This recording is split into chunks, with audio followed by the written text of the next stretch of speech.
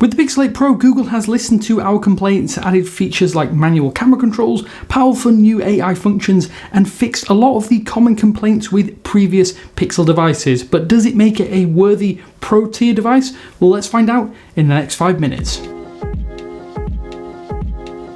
A lot has changed for the better on the Pixel 8 Pro, including better camera software, manual camera controls over the headline edition, but the Pixel 8 series point and shoot credentials are still excellent and among the best in the industry. Best Take upgrades the Top Shot feature, Zoom Enhance makes photos even more usable above 20x, and Audio Magic Eraser reduces the background noise of your videos for an overall cleaner sound. All of these work in tandem with the features that are already existing and make for an excellent experience. Despite these neat tricks though, the 8 Pro's camera is not actually a quantum leap, with some little tweaks to the lenses and sensors to fine-tune the quality. Annoyingly though, some of the video functions like Night Sight Video and Video Boost are not yet available until later this year, and they are needed as video is still a weak point on the Pixel 8 Pro. These annoyances aside, the improved zoom and overall consistency do remain high, and it is a superb camera system once again, with better ultra-wide shots and arguably the best skin tone mapping on the market. One of the reasons I actually love having a Pixel on hand at all times is just how well it handles daytime, night, and even every type of setting you could ever conceive with a stills camera system. The new temperature sensor feels like the biggest Google gimmick in some time to be added to the camera system.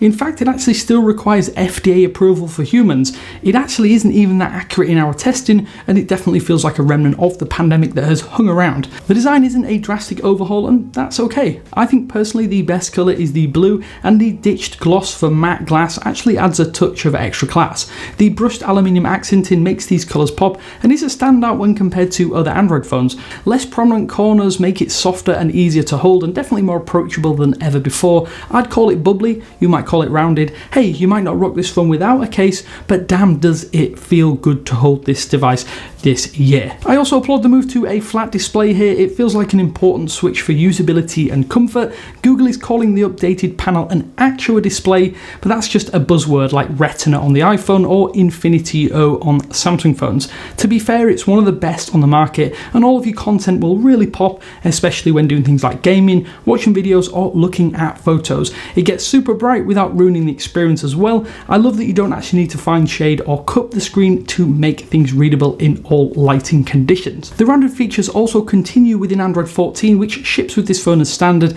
It's chock full of even more Material You goodness and customization options like the AI designed wallpapers, which are super cool and let you change things on the fly and in the style that you want to. It's also pleasing to see that the hardware fully now resembles the updated and rounded software aesthetic, because everything syncs up across that hardware and software more so than it ever has done before. Getting 7 years of updates is just the icing atop the cake, and it's great for Google's long-term sustainability drive here as well. The Tensor G3 processor does get underwhelming benchmark scores when compared to the competition. Even so, I haven't really seen a single slowdown when doing the basics, and even some 3D gaming has been excellent in my own experience.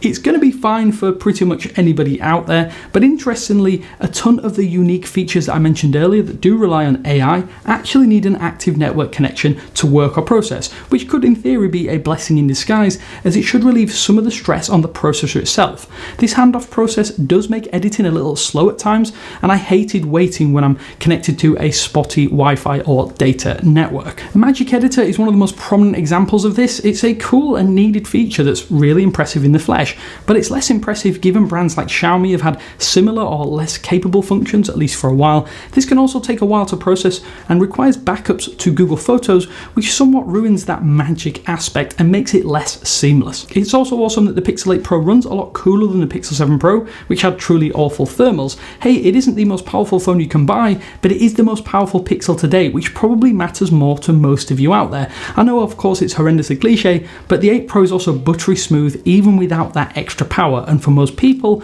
I think it'll provide more than enough overhead to do what you need or want it to do each and every single day. I'm going to stop short of calling the battery excellent on the 8 Pro. The good news is though that it is an improvement over the Pixel 7 Pro. Light users might get a couple of days, the rest of us will still be hitting the charger at least once per day. In our testing with the improved 27 watt wired charging, you're also looking at 0 to 100% in in an hour and 25 to an hour and 30 minutes to fully get you back up and running here too. All in all, if you're in the market for a new Android phone, you can probably do much worse than the Pixel 8 Pro, which is without question Google's best phone today. Although it isn't quite the best pro tier phone you can buy, the compromises are less pronounced, and although it is more expensive than ever, it definitely feels more worth its $999 price tag when you consider the price per year of support and fixes for major previous Pixel frustrations. If my timer is correct, I think that more or less is everything you need to know about the Pixel 8 Pro in just 5 minutes. Thank you for joining me, and I will catch you in the next one.